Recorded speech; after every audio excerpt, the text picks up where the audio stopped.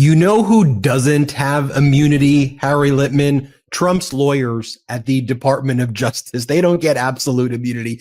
You know who holds a bar license and could lose their ability to practice law if they violate court orders? Yeah, it's not Donald Trump, but it's his lawyers at the DOJ who Trump and their boss at the DOJ, Pam Bondi, want them to make bad faith arguments before these judges. And I think what's going on behind the scenes is that these Trump DOJ lawyers, some of the rank and file people there who they need in order to prosecute their cases, defend their cases, are saying, you got to stop putting us in positions where we're going to lose our bar license. We are trying to do as best as we can, but we can't be lying to the courts and submitting false declarations, because we see these federal courts, Trump appointees, Obama appointees, Biden appointees, Reagan appointees, George W. Bush appointees, all former presidents. They're moving step by step closer to the criminal contempt phase of all of this. And who's going to be in that web? When you disappear people from the United States of America without due process, and then we start giving different affidavits saying different things to try to justify this, you're making fools of us, and we're not going to stand for it. So what was an interesting development, and we've seen this now in a few cases, is the Trump regime seeming like they're moving more towards returning some of the people that they've disappeared to El Salvador and elsewhere, and returning them back to the U.S. Now, could be a delay tactic, which probably part of it still is a delay tactic and to buy time. But what I found interesting in this case before federal Judge Gallagher, a Trump-appointed judge from his first term in the United States District Court of Maryland, in a case not involving Abrego Garcia, but involving another individual who I think just goes by the name of Christian or Cristiano as his kind of pseudonym. This was an individual who was disappeared, I think 20-year-old, no prior criminal history, sent to the concentration camps in El Salvador. What we're seeing in this Maryland case is a declaration by an individual named Melissa B. Harper, currently employed at the U.S. Department of Homeland Security and U.S. Immigration and Customs Enforcement, ICE. And she says the following: I've been authorized to make the following statement regarding the efforts by the Department of Homeland Security and the Secretary of State to facilitate the return of these individuals. Secretary Rubio, this is the statement, quote, Secretary Rubio has a personal relationship with President Bukele and senior officials in the El Salvadorian government that dates back over a decade to the Secretary's service on the Senate Foreign Relations Committee.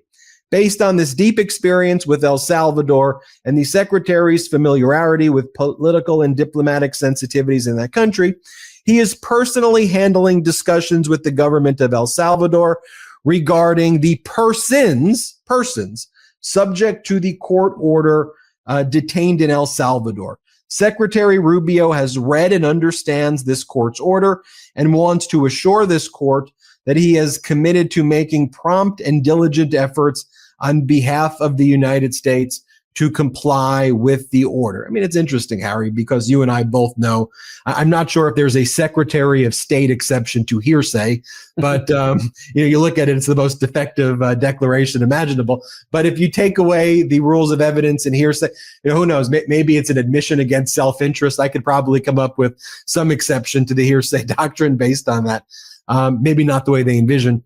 But we're seeing this also in a case where an individual from Mexico was disappeared back to Mexico, who fled Mexico because he was raped in Mexico as a gay man, and then sent to Guatemala, where he was being raped also and was in hiding in Guatemala because there was a forged statement from him that nobody would actually vouch for in the Trump regime, that he didn't fear going back to Mexico when he said he feared for it. And there we saw the government making a similar statement that we're working hard with the Guatemalan government.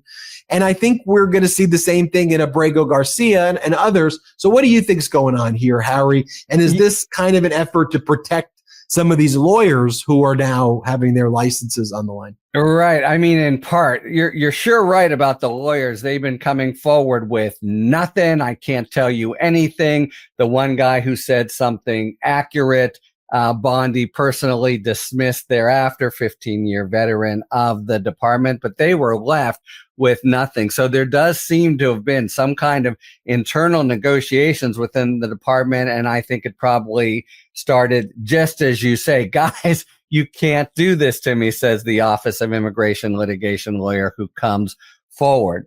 But still, their stance to date, both these cases you just talked about, you have violations by the administration. These are two of the four that really were sent there by mistake.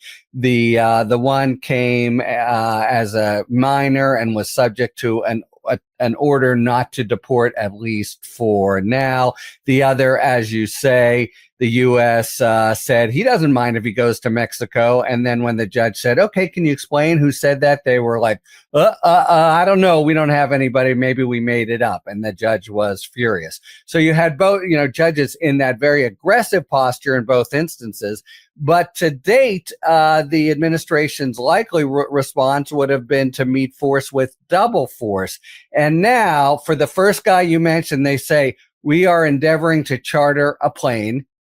How hard can that be to charter a plane? It's been a few days, but I mean, I don't see what move they have to say we can't charter the plane. I mean, it seems they've gone pretty far toward committing themselves to the very thing they've so steadfastly refused to do, namely capitulating, complying, bringing the people back to at least get due process. Then they can argue, okay, we've given them due process and now we can deport him. It depends what happens. And this Rubio thing I thought was equally remarkable. So he comes forward and says, I'm handling it personally. Now, on the one hand, it seems to suggest, what a tough assignment, and we need Super Mario to come on in there and really be able to delicately do the mission impossible with President Bukele.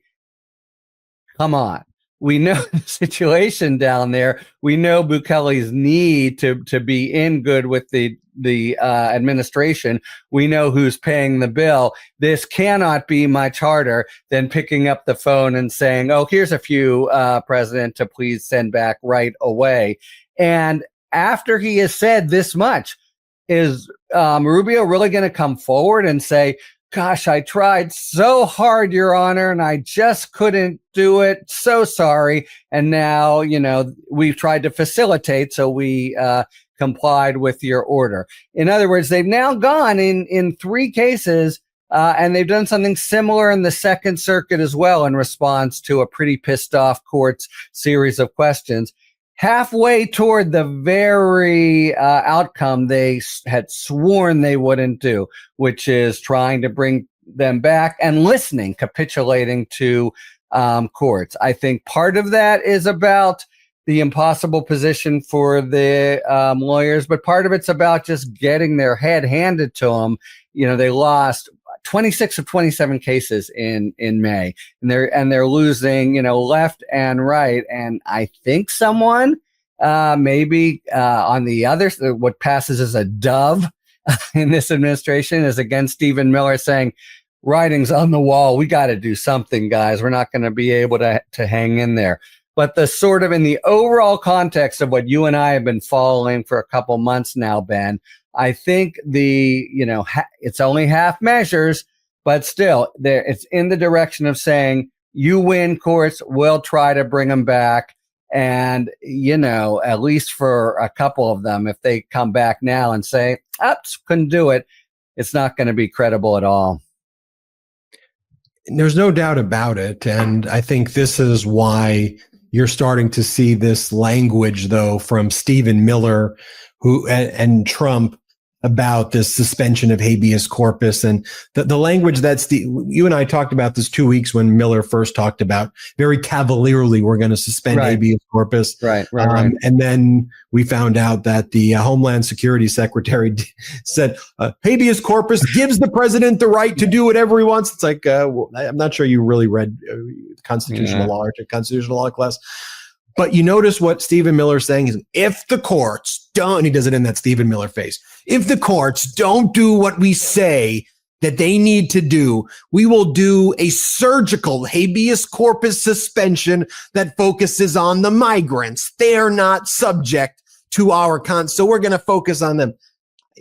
And then we also see Donald Trump lashing out against the Federalist Society and Trump appointing. Whoa, what about that, huh? Yeah. And it all kind of doesn't it all, I mean, it doesn't make sense, but they know they're losing from these Trump appointed judges. Yeah. So you have this tension. Actual lawyers who have to practice in a court of law. It reminds me of when Mike Lindell went into the courtroom in his defamation case. His lawyers were like, yeah, we have no evidence that's actually going to prove that the election from 2020 was stolen. We just think that Mike Lindell's a crazy person and his words don't have any meaning. So what they say in the court versus what they post on social media is very, very different. I'll let you have the last word here. Yeah, but well, that's it. But nevertheless, they had been, you're right. They'd been, one of the problems that the lawyers had when they go to court is judges read newspapers or at least go online, and they'd heard these outrageous kind of contemptuous statements about the courts, the Constitution, and the rule of law. So that's gotten them in trouble. But just in general, this has been the sort of big face off. My general view has come to be, Ben, that man, oh man, he's wreaking havoc in general with government. But as long as the courts hold, and especially here on the Constitution, the rule of law, habeas corpus, that's the number one thing we can look to do. And I can't, it's I think a little premature to say that the Trump administration has thrown in the towel. But at a minimum, they've read the writing on the wall. Is that a mixed metaphor? Apologize if it is. And they are, I think they are perceptibly less dogmatic, less confrontational. And at least in some of these cases, they are playing ball. And it only takes one, right? If they, if they can't charter a plane, I don't want to be the lawyer in court who's explaining that to the judge. But they bring one person home, and it undermines their whole dogmatic effort to say, "Shut up, courts! This has nothing to do with you. You're out of it." The rule of law goes across the board to everyone, and they recognize it in one case. They're going to have to recognize it in others, and will it be plausible to actually say, oh, we tried our hardest, but we couldn't get it done? You now also have judges more and more being emboldened in ways they would not have done when I was at the Department of Justice to basically say, you guys are full of it and stop, cut the crap and let's see some facilitation and performance here. So both for the return of people who have been, at least some who have been, terribly mistreated, though again, asterisk, when they come back, they get their rights, but that doesn't mean they're guaranteed to stay. But both for that, and more importantly, from my, nerdy point of view, for what it says that at least in this really, dramatic showdown, that the administration will not try to resist the rulings of the court. This is some good stuff happening. Harry Litman runs the Talking Feds YouTube channel, the Talking Feds Substack, and the Talking Feds podcast. Wherever you get your news, you got to get it from Talking Feds. Subscribe. Just search on YouTube, Talking Feds. And thanks. And the Substack today is about Leonard Leo. Kind of interesting. Not just kind of interesting. There you go. Hit subscribe here as well. Let's get to 5 million. Can't get enough Meidas? Check out the Meidas Plus Substack for ad-free articles, reports, podcasts, daily recaps from Ron Filipkowski, and more. Sign up for free now at MeidasPlus.com.